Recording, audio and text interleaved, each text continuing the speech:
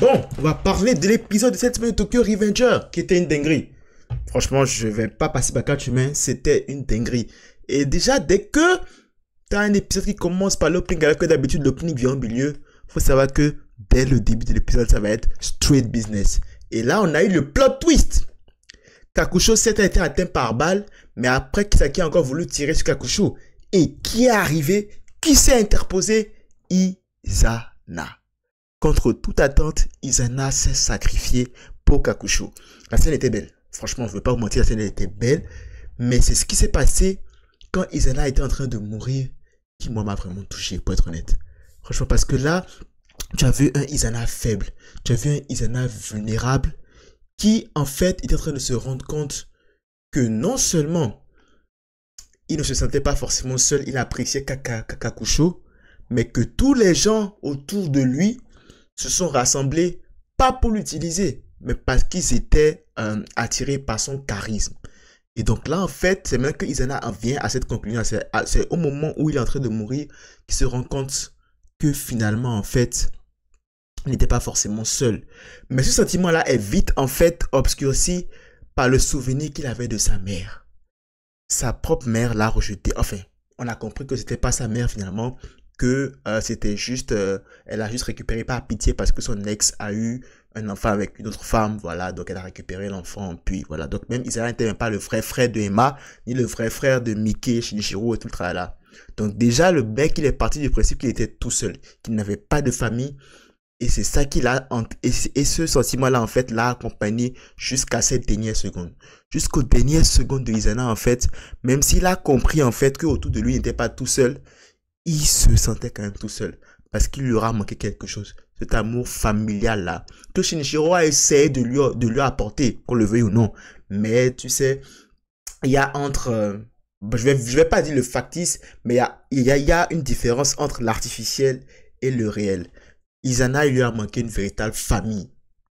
Et franchement, en fait, depuis le moment où il a su qu'il n'était même pas le vrai frère de Emma, donc du coup il n'était pas le demi-frère de Shinichiro, il n'était pas le demi-frère de Mikey, il y a eu en fait une déconnexion qui s'est faite de la réalité. Et là tu vois quand il se fâche contre Shinichiro et qu'il essaie de frapper Shinichiro, tu te rends compte qu'en fait, lui-même il a compris qu'en fait, il n'a plus que lui seul ce qu'il faut compter. Et c'est ça en fait qui l'a mené jusque là, qui l'a poussé à porter des actes vraiment méprisables, répugnables. C'est parce qu'il s'est dit en fait que pour lui il était tout seul. Mais en même temps, ce qui est paradoxal, c'est que dans les dernières secondes de sa vie, en fait, Izana a quand même compris qu'il y avait des gens autour de lui qui l'appréciaient. Et en plus de cette réalisation-là, ce qui, moi, m'a fait verser une larme, en fait, c'est qu'il s'adresse à Mickey et qu'il lui dit que, bon, voilà, tu sais, je suis pas ton frère. Genre, est-ce que tu vas me sauver maintenant? Genre, ça, c'était vraiment triste. Et le clou qui vient enfoncer, en fait, le marteau qui vient enfoncer le clou, je peux dire ça comme ça, c'est quand il dit, je peux pas être sauvé, en fait, finalement. Et donc, tu vois, cette solitude-là lui est restée dans la tête. Malgré qu'il ait réalisé tout ça, en fait, cette solitude, elle lui est restée dans la tête et il s'est dit, en fait, non, je ne peux pas être sauvé. Je ne peux pas être sauvé. Donc, c'est triste parce que j'ai l'impression que, même s'il a réalisé tout ça, ses dernières pensées sont les pensées de quelqu'un, en fait, qui était tout seul sur cette terre et qui n'avait personne sur qui compter. Et c'est vraiment triste parce que tu avais tout le monde autour de lui qui était triste. Avec Kakusho qui braillait, limite. Kakusho braillait, Kakusho pleurait parce que Kakusho allait perdre genre son seul véritable ami. Mais malgré tout ça, la seule pensée que Izana a eue à la fin, c'est qu'il ne pouvait pas être sauvé parce que, à mon avis, il était seul et il ne pouvait que compter sur lui-même. C'était vraiment triste. Franchement, c'était vraiment triste pour le coup. Et donc voilà, Izana meurt et je pense que... Et donc voilà, Izana meurt, pardon, et Kakusho aussi, a priori, a passé l'arme à gauche. Donc ça fait deux victimes d'un seul et même homme, Kisaki. Kisaki, Teta, a encore frappé.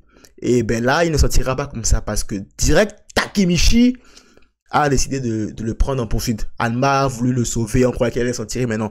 Takemichi et Draken ont pris la poursuite de Kisaki dans une scène vraiment épique. D'ailleurs, ça m'étonne que Mickey, en fait, n'ait pas passé Kisaki à tabac. Mais en fait, il n'a pas eu le temps parce que Hanma l'a récupéré vite fait. Adma a senti que ça c'était plus bon. Adma a senti que s'ils restent encore là, ils allaient prendre très cher.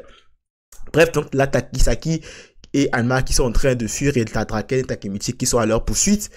Bon, finalement, en fait, là, ils font un accident. Non, c'est Kisaki et Alma qui font un accident. Là, ils continuent la poursuite à pied. Là, t'as la belle scène de la boucle qui est bouclée où Draken porte Takemichi sur ses épaules, exactement comme Takemichi l'avait fait au début quand Draken était blessé et tout. Et ça faisait plaisir à voir. Draken qui a compris, en fait, tout le tracas que Takemichi se donne pour sauver ses amis, pour sauver le futur de ses amis. Draken a compris ça, a décidé de l'aider, de tout donner pour qu'il puisse atteindre son objectif. C'était vraiment beau, c'était vraiment magnifique. Bref, t'as Hanma qui est venu séparer Takemichi et Draken. Et donc là, en fait, j'avais dit à la vidéo précédente que je n'avais pas eu un affrontement que je voulais entre Kakusho et Draken. Mais on aura quand même l'affrontement entre Draken et Hanma. Le fameux match retour. Le fameux match des secondes, si je peux l'appeler comme ça. Et ça promet. Donc là, de l'autre côté, t'as Takemichi qui finalement réussit à rattraper Kisaki. Et pour la première fois, j'ai vu Takemichi foutre des patates à un mec et me dire ouais, ce combat-là, il peut le gagner. D'habitude, Takemichi, il se fait tabasser tout le temps. Et s'il arrive à porter même une patate, c'est par chance et tout. Puis tu te dis bon, ok, c'est la patate du désespoir et tout. Il va se faire éclater. Mais là, on a vu un Takemichi aller au corps à corps avec Kisaki. Il donne des patates à Kisaki. Et pour la première fois, tu te dis c'est bon. Takemichi peut gagner ce combat. Après, c'est Kisaki, il n'a pas forcément de grosses habiletés de combat. Mais ça fait plaisir de voir que Takemichi s'est engagé dans un combat où il pourrait gagner, tu vois. Et c'était beau à voir, c'était magnifique. Donc voilà, l'épisode se termine sur ça. Bon, les mangas, ceux qui lisent le manga savent ce qui va se passer après. Pour les animés, on lit, attachez votre ceinture parce que ça va secouer. Mais littéralement. Très bon épisode. Franchement, j'ai bien aimé. Genre, je suis passé par toutes les émotions. Une profonde tristesse. Je suis passé à la hype. Et que dire de plus? Franchement, l'histoire de Izana, le traumatisme qu'il a eu. Ensuite, sa mort qui était vraiment très très très triste. Franchement, c'est l'une des... Je pense que c'est la mort la plus triste dans Tokyo Revenger. Il y en a eu des morts tristes, hein. Genre, je vais pas mentir, il y a eu des morts tristes. Hein. Facilement, la mort de Baji aussi a été triste. Mais la mort de Izana et de Kakusho... Enfin, Kakusho, c'est a priori, c'est pas encore dit, mais Izana, on l'a clairement vu qu'il est mort. Ça fait mal. Ça fait mal. C'était très, très, très, très, très triste. Et quand tu comprends aussi la backstory du personnage, quand tu rentres dans ses souvenirs, tu te prends beaucoup plus de pitié pour lui. Tu te dis, mais punaise, ce gars, il a souffert. Tu te rends compte de à quel point le rejet peut avoir des séquelles sur quelqu'un. Tu te rends compte tu te rends compte à quel point le rejet de quelqu'un qui t'est cher, quelqu'un que tu considères comme proche, quelqu'un que tu aimes beaucoup, peut avoir un gros impact sur toi. Et pire encore, quelqu'un que tu considérais comme ta mère, tu subis un tel rejet. Déjà, bravo à lui pour avoir pu continuer sa vie. Il y en a qui ne pouvaient même, il y en a qui n'auraient même pas pu continuer leur vie. Mais Izana a réussi à le faire. Bon, c'est vrai que ses actions, vraiment, après, n'ont pas forcément été de très bonnes actions, si je peux dire ça comme ça. Mais,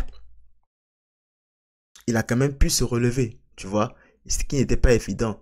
Et ce traumatisme-là, si tu veux, causé par ce rejet, aura joué beaucoup sur le personnage.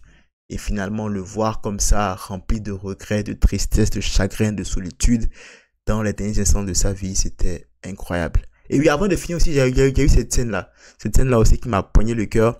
C'est à un moment donné, il y a une scène où on montre Kakusho et Izana couchés dans la neige. En gros, la neige, c'était leur truc, un peu, si tu veux.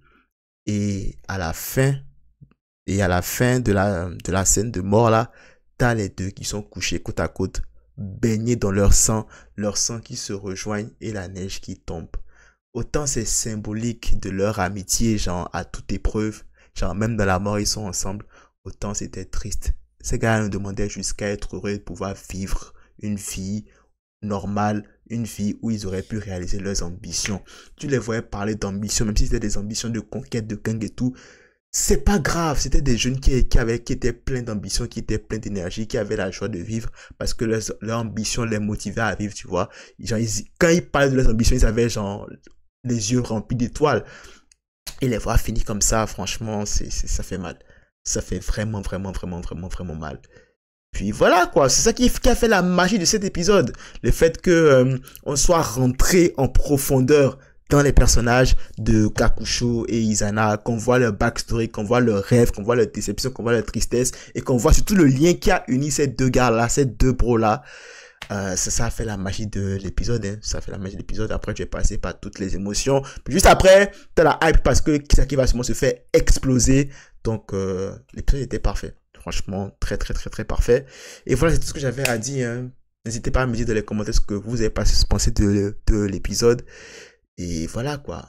Rip Izana, Rip Kakusho probablement. Puis on se dit à la semaine prochaine, parce que la semaine prochaine, ça va secouer. Ouais, tous soin de vous et de vos proches. C'est tout pour moi. À la prochaine.